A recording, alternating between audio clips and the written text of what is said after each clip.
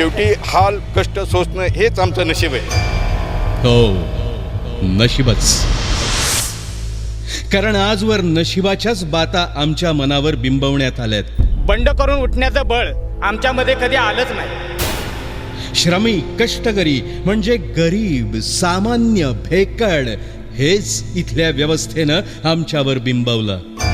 प्रत्येक वस्तूचा सुखाचा निर्माता असून देखील त्या सुखापासून आम्हीच वंचित राहावं हीच इथली व्यवस्था.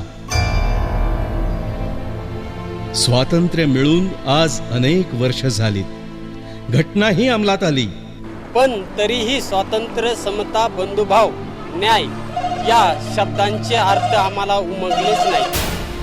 लोकशाही आहे असं म्हणतात, परंतु ती आजपर्यंत कुठेही दिसलेली नाही. जे आम्हाला हवं ते आम्ही आंदोलन करूनच मिळवलं पाहिजे. बरं, आंदोलन केल्यानंतर सुद्धा ते मिळेलच याची शाश्वती नाही. पावसाळ्यात छत्र्या उगवाव्यात तसे बेसुमार राजकीय पक्ष उगवले, पण ते फक्त सत्तेचं लोणी खाण्यासाठीच. मुठभर धनदांडग्यांचीच इथं सत्ता. मग कुठली आली आहे लोकशाही व्यवस्था? सत्ताधारी आणि विरोधकांनी सुद्धा त्यांच्याच दावणीला जाऊन उभं राहायचं. सोयी सुविधांचं लोणी त्यांच्याच पारड्यात जाऊन टाकायचं. आणि आम्ही मात्र अन्न, वस्त्र, निवारा, हवा, पाणी, वीज, रस्ते अशा मूलभूत गरजांसाठी तडफडत राहायचंय. अपायकारक वस्तुनिर्मितीतून होणारं प्रदूषण, पर्यावरणाचे आघात हे सर्व झेलत राहायचं. प्रकल्पासाठी आम्ही आमची घरे, दारे, जमिनी देऊन भूमिहीन झालोय. काय हे आहे आमचं लाजिरवाणं जिणं? नाही. मनगटातल्या सामर्थ्यावर विश्वास ठेवणाऱ्या आम्ही आता नशिबाच्या बाता मानणार नाही. मेंढरासारखं उठसूट कुणाच्याही मागून विजय असोचा गजर करत फिरणार नाही. आता आमच्याच समृद्ध भवितव्यासाठी आम्ही उभारलाय लढा. लोकशासन पक्ष. या देशातील प्रत्येक स्त्री पुरुष सर्व दृष्टीनं समर्थ व्हावेत. विषमता भेदाभेद नाहीसे व्हावेत. समता, स्वातंत्र्य, बंधुता, न्याय यावर आधारलेलं समाजवादी, लोकशाही आणि धर्मनिरपेक्ष लोकसत्ताक निर्माण करावं हे खूप वर्षांपूर्वी आम्ही पाहिलेलं स्वप्न. या स्वप्नाच्या पूर्तीसाठी जीवांची आहुती दिली, गोळ्या झेलल्या, कारावास भोगले. पण परिणाम काय? गोरे लोक तर गेले, मात्र आमचेच देशबांधव तिथं शिरजोर होऊन बसले. आमची गुलामी संपलीच नाही. आमचं स्वप्न पूर्णत्वास गेलंच नाही. आणि म्हणूनच या स्वप्नाच्या पूर्तीसाठीच आज निनादतो आहे एक बुलंद आवाज. न्यायमूर्ती B.G. कोळसे पाटील.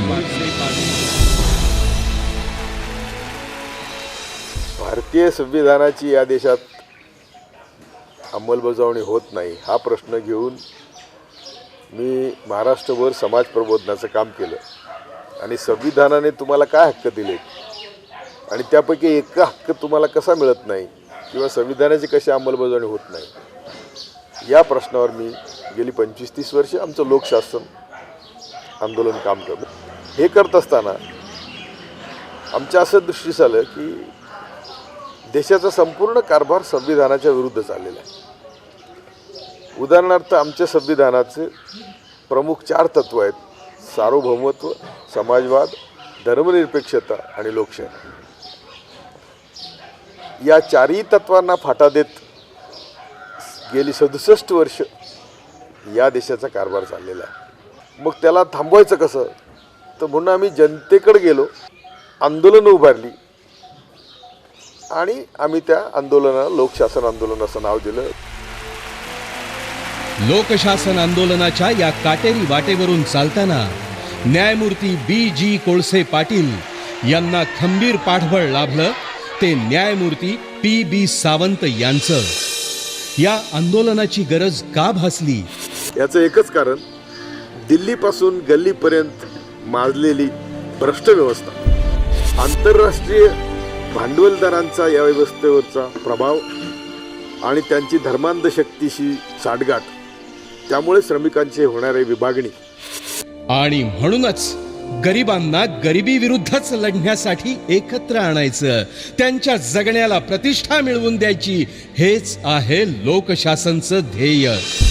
प्रत्येक व्यक्तीला प्रतिष्ठेनं जगण्यासाठी तिच्या सर्व शारीरिक, मानसिक, बौद्धिक, सांस्कृतिक गरजांची पूर्ती ही झालीच पाहिजे. त्यांना चरितार्थाचं पुरेसं साधन, सुयोग्य निवारा, शिक्षण व आरोग्य विषयक अशा सर्व गरजांची परिपूर्ती झाली पाहिजे. निर्मळ नैसर्गिक वातावरण आणि पायाभूत पोषक सुविधांनी प्रत्येकाचं जगणं सुसह्य झालं पाहिजे. हा आहे लोकशासनचा प्रयास. सामूहिक स्वावलंबन हा आमच्या कार्याचा पाया राहणार आहे. दुसरं, जे कार्य शासकीय किंवा निमशासकीय अधिकाऱ्यांकडून झालं पाहिजे, हे जर त्यांच्याकडून होत नसेल तर त्यांच्या पाठीमागे लागून सामूहिक शक्तीनं त्यांना ते करणं भाग पाडणं. तिसरं, भ्रष्टाचारही अशाच सामूहिक शक्तीनं जिथं जिथं तो होत असेल तिथं निपटून काढणं. आणि चौथं, ज्या वेळेला या तिन्ही मार्गानं आपलं कार्य होत नसेल, शासनाशी संघर्ष करण्याचा प्रसंग निर्माण होईल, त्यावेळी अहिंसक सत्याग्रही मार्गानं संघर्ष करणं. आता आपल्या सभोवतालची परिस्थिती अवलोकन करूया. आजवर आपल्यासाठी कायदे झाले पण फायदे नाहीत. योजना आल्या पण संयोजनाअभावी कागदावरच राहिल्या. विकासाचं एक फसवं चित्र. आता साधं दारिद्र्य रेषेखालील कुटुंबाच्या विकासाचं चित्र बघूया. शासनानं ही योजना जाहीर केली, पण गाव पातळीवर ही योजना राबवताना गट तट पाहून लाभार्थी निवडण्यात आले. खरे वंचित बाजूलाच राहिले आणि श्रीमंतांनी मात्र या यादीत नावं घुसडून मलई खाल्ली. लोकशासननं ही बाब सुप्रीम कोर्टापर्यंत नेली आणि ही निरंतर प्रक्रिया 6 महिन्यांच्या आत नव्यानं करण्याचा आदेश दिला. पण हा आदेश धुडकावून न्यायसंस्थेचा उघड अवमान करण्याचं धाडस शासनानं केलं.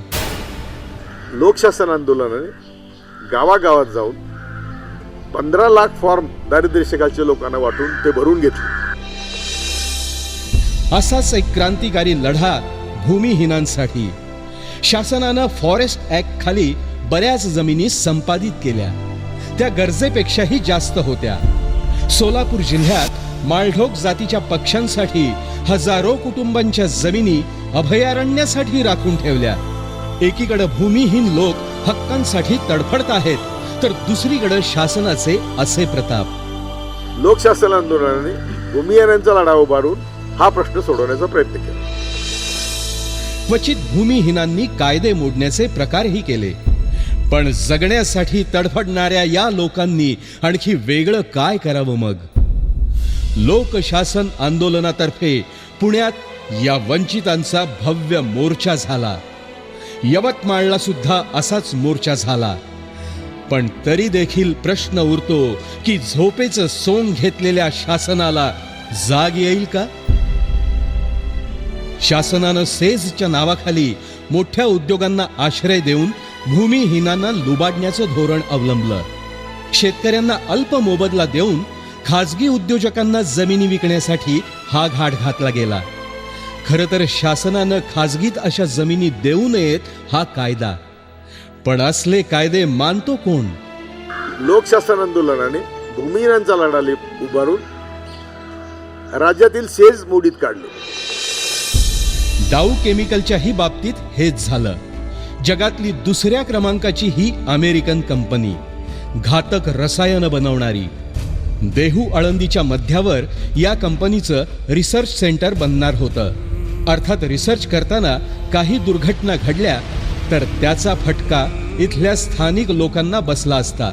या रिसर्चमधून निघणारं घातक वेस्टेज इंद्रायणीत सोडणार होते. म्हणजे महाराष्ट्राचं हे सांस्कृतिक समतेचं तीर्थ दूषित होणार. वारकरी इंद्रायणीमध्ये स्नान करतात. त्या इंद्रायणीमध्ये दाऊ केमिकलने निरनिराळ्या प्रकारचे केमिकल्स ज्यामुळे वारकऱ्यांना दुर्धर आजार होतील असे सोडण्याचा घाट घातला होता. ते दाऊ केमिकल वारकऱ्यांच्या मदतीने आम्ही नेस्तनाबूत केले. आता थोडं डोकावून बघू कोकण भागात.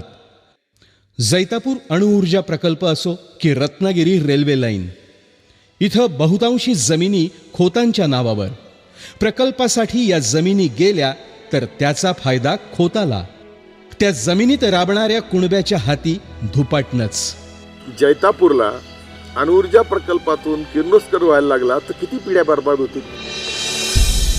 इथंही लोकशासननं आंदोलनाचं शस्त्र उचललं आणि कुणब्यांना न्याय मिळवून दिला. जैतापूर आंदोलनापायी न्यायमूर्ती BG कोळसे पाटलांना कारावास सुद्धा भोगावा लागला. 9 लाख उमरे वायुगॅस वीज निर्मिती प्रकल्पाची गाथा अशीच. इथं तर आजूबाजूला डोंगर असल्यामुळं या प्रकल्पाच्या चिमणीतून निघणारा प्रदूषित धूर आजूबाजूच्या गावात पसरणार होता. या उष्ण हवेमुळं मानवी जीवन आणि पिकं धोक्यात येणार होती. या प्रकल्पातून निघणाऱ्या सांडपाण्यामुळं इंद्रायणी नदी दूषित होणार होती. लोकशासननं जनमानसामध्ये म्हणूनच जागृतीचा लढा उभारला आणि सुप्रीम कोर्टाकरवी हा प्रकल्प रद्द करून घेतला. सध्या अशीच एक लढाई एका मोठ्या कंपनी विरुद्ध सुरू आहे. ते प्रकरण अजून न्यायप्रविष्ट आहे. राजकीय नेत्यांचा स्वार्थ आडवा येतो आहे. नीरेचं पाणी मात्र दूषित होतच आहे. फलटण वाखरीच्या शेतकऱ्यांना खासगी सावकारीतून मुक्त करणं, शिक्षणाचा अभाव असलेल्या आदिवासींना न्याय्य हक्कांसाठी जागृत करणं, विधवा घटस्फोटित परित्यक्त्यांसाठी हक्क आंदोलन छेडणं, लाल महालातून दादोजी कोंडदेव पुतळा हटवणं, पुणे सोलापूर हायवेसाठी जमिनी देणाऱ्या शेतकऱ्यांना योग्य मोबदला मिळवून देणं, असे अनेक प्रश्न लोक आंदोलनानं हाताळले. इंदापूरच्या उजनी धरणावर मच्छीमारी करणाऱ्या मच्छीमारांना ठेकेदारापासून होणारा उपद्रव मोडीत काढण्यासाठी त्यांना सक्षम बनवून न्याय दिला. लोकशासन आंदोलनाच्या इतिहासात सर्वात जास्त गाजलं ते एनरॉन प्रकरण. शासनानं आणलेला हा प्रकल्प सुमारे 12,000 कोटींचा दाखवला गेला. इथल्याच बँकांकडून 12,000 कोटींचं कर्ज घेतलं. जगभरातील भंगार मटेरियल आणून प्रकल्प सजवला. त्यासाठी आपल्याच बँकेतील हजारो कोटी रुपये कर्ज घेऊन बुडवलं. शासनानं जमीन संपादन करताना जमिनीचे मूळ मालक म्हणून खोतांना अमेरिकेपर्यंत पैसे पोहोचवले. त्या खोतांना तिथं आपल्या जमिनी आहेत हे माहितीही नव्हतं. लाखो रुपये मिळतात म्हणून ते पटकन जमिनी विकून मोकळे झाले आणि जमीन कसणारे कुणबी मात्र देशोधडीला लागले. अशा एनरॉनला कडवा विरोध प्रथमतः लोकशासन आंदोलनानं केला. अशा कितीतरी स्वाभिमानाच्या गाथा. शासनाचा दरवाजा अनेकांनी अनेकदा ठोकून देखील उघडला जात नाही हे देशाचं दुर्दैव. जगण्यासाठी सर्वसामान्य माणसानं इतका आटापिटा करावा. मग खरी लोकशाही दिसणार तरी कधी? सामाजिक विषमता संपून संपत्ती आणि सत्तेचं विकेंद्रीकरण होणार तरी कधी? देशाची अर्थव्यवस्था लोकाभिमुख असावी. सर्व साधन संपत्ती समाजाच्या मालकीची असावी. ही तत्व फक्त पुस्तकातच राहणार का? नाही. हे चित्र आता बदलावंच लागेल. पण बदलणार कोण? सत्ताधारी आणि विरोधक म्हणजे एकाच नाण्याच्या दोन बाजू. मिलबाटके खाओ हेच त्यांचं धोरण. मग आमच्या हितासाठी आम्ही त्यांचे पाय का धरावेत? आता सत्तेची सुकाणू घेऊया आपल्या हाती. प्रत्येक व्यक्तीचा मूलभूत हक्क जपणारी लोकशाही व्यवस्था आणण्यासाठी एकच अभिवचन, लोकशासन.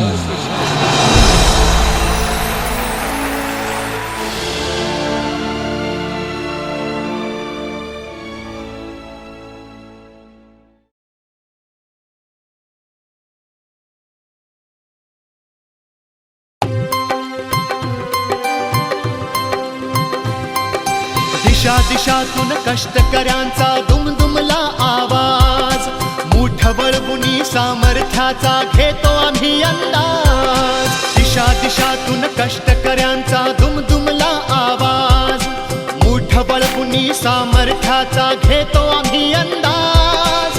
आयुष्याची मशाल चेतून, आयुष्याची मशाल चेतून करतो आम्ही समर्पण. लोकशासन, लोकशासन, लोकशासन आमचे, लोकशासन, लोकशासन, लोकशासन.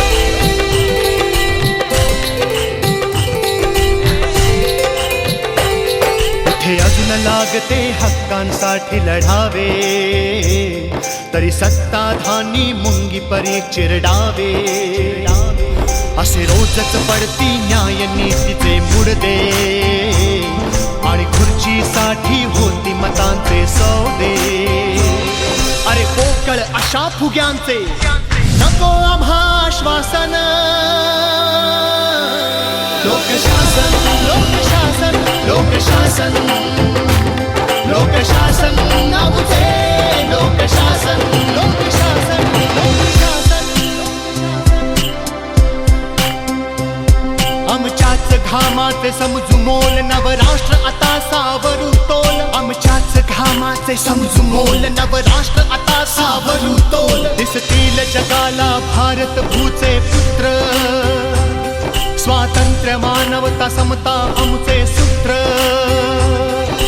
आम्हीच ठरवू आता आमच्या,